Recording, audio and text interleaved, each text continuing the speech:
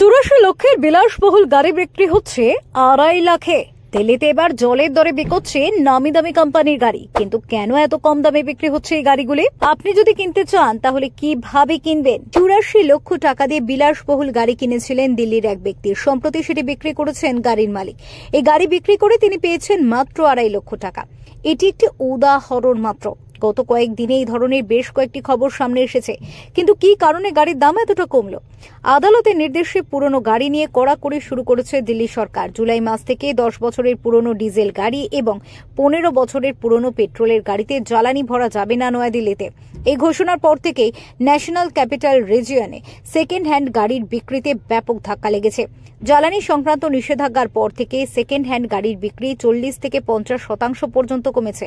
সম্প্রতি একথা জানিয়েছেন chamber of trade and industry CTI এর চেয়ারম্যান ব্রিজেশ গোয়াল জানিয়েছেন, দিল্লিতে পুরনো গাড়ির বাজার ব্যাপক ক্ষতিগ্রস্ত হয়েছে এই সিদ্ধান্তের জেরে। এর প্রভাব 60 লক্ষ পুরনো গাড়ির ওপর পড়েছে। এন্ড টু লাইফ ভেহিকেল নিয়ে যে নিষেধাজ্ঞা জারি হয়েছে দিল্লিতে, তার ব্যাপক প্রভাব পড়েছে পুরনো গাড়ির দামে।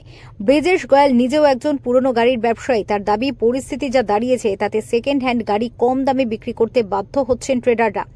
এ ব্যাপারে ব্রিজেশ বলেছেন, গত 5 দিন ধরে সেকেন্ড হ্যান্ড গাড়ির দাম 40 থেকে 50% পর্যন্ত কমেছে। দিল্লির ব্যবসায়ীরা গাড়ির যা আসল দাম তার থেকে কম দামে বিক্রি করতে বাধ্য হচ্ছেন।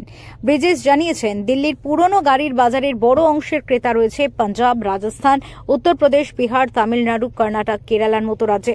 কিন্তু দিল্লির বাজারের পরিস্থিতি দেখে ওইসব রাজ্যের ক্রেতারাও দর কষাকষিতে নেমেছেন।